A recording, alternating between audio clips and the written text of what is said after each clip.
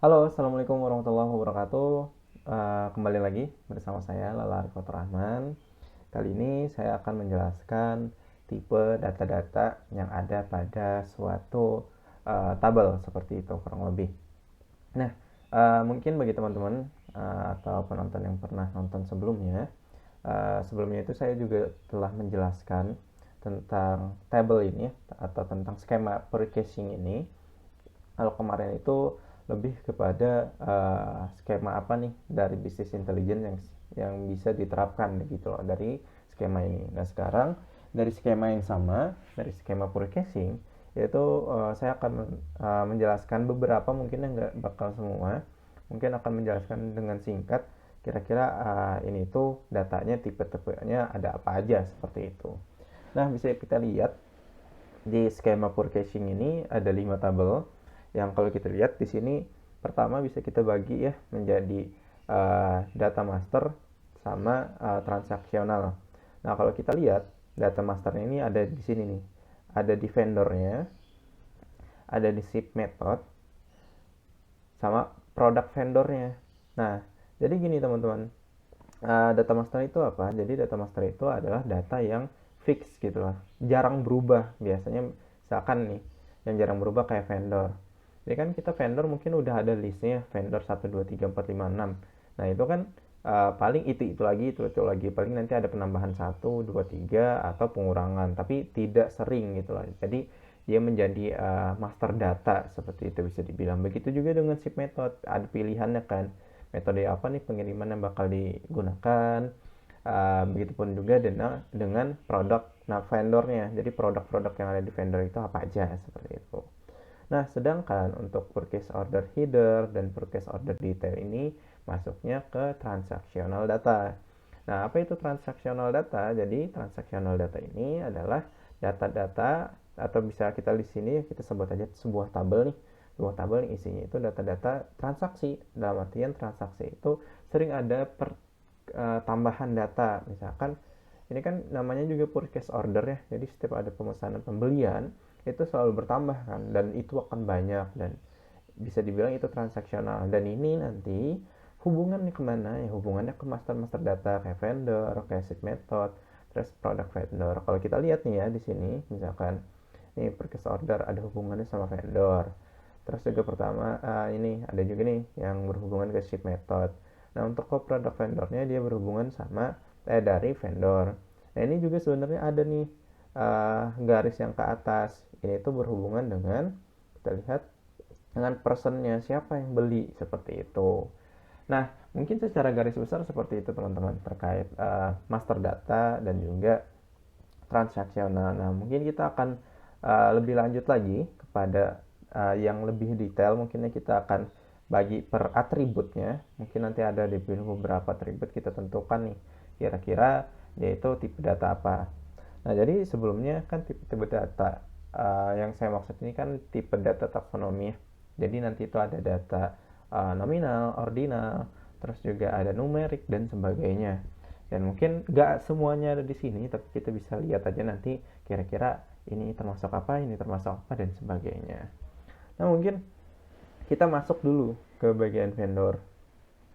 Uh, jadi misalkan nih vendor, di sini kan ada PK sama FK1 ya. Jadi di sini itu maksudnya adalah ada primary key-nya.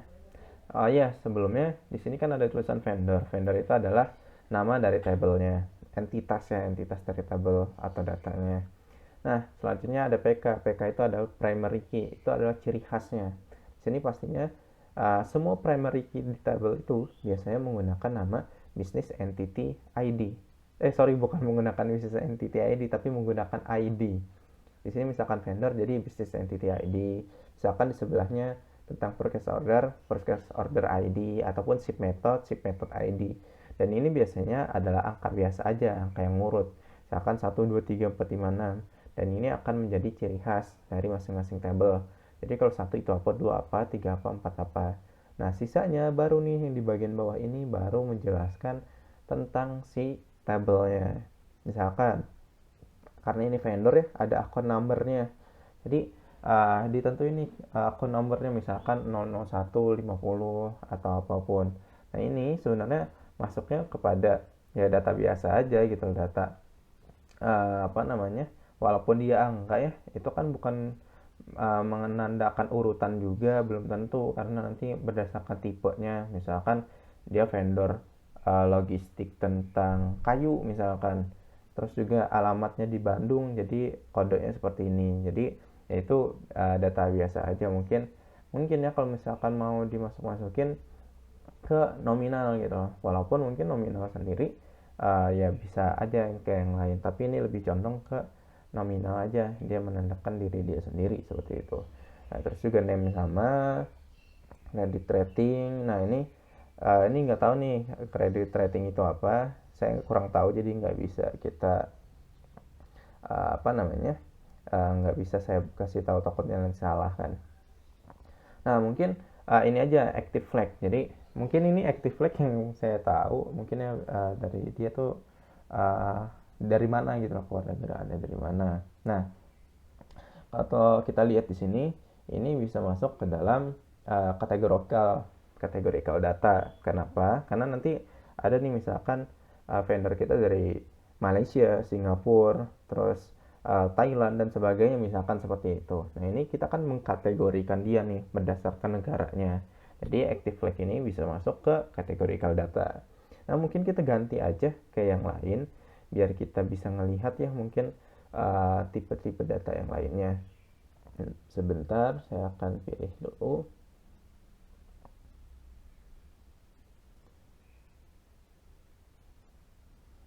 Apa ya? Oke, mungkin ini. Jadi di sini ada mana tadi ya? Oke, ini ada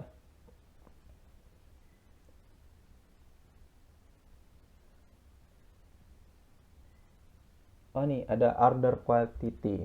Jadi ini mungkin bisa order quantity ini kan dia isinya ya dari 0 sampai berapa gitu, nggak mungkin minus kan, nggak mungkin berkurang. Jadi misalkan dia pesan sesuatu jumlahnya 10, nah ya udah 10 gitu lah. Jadi ini ada rasionya antara 0 sampai 10 gitu loh. Jadi mungkin ini bisa masuk ke tipe data rasio seperti itu.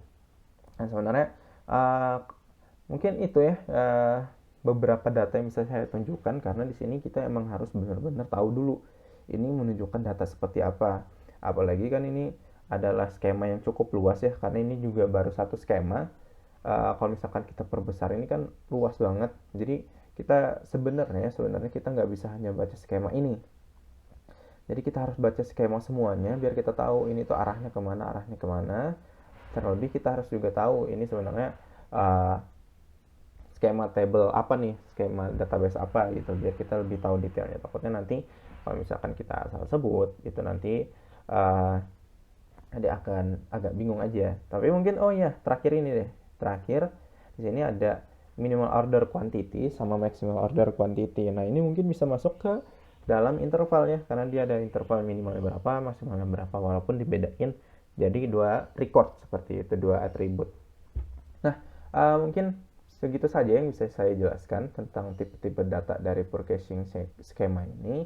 Mohon maaf kalau misalkan ada salah-salah kata, kekurangan, dan apa ya, mungkin kehilapan yang saya bikin. Nanti silahkan kalau misalkan ada dari teman-teman yang nonton ataupun siapapun, nanti kalau misalkan ada yang kurang dari saya ataupun salah-salah tadi, bisa dikasih tahu aja biar menjadi pembelajaran juga, karena saya di sini masih belajar seperti itu. Cukup sekian. Wassalamualaikum warahmatullahi wabarakatuh. Terima kasih.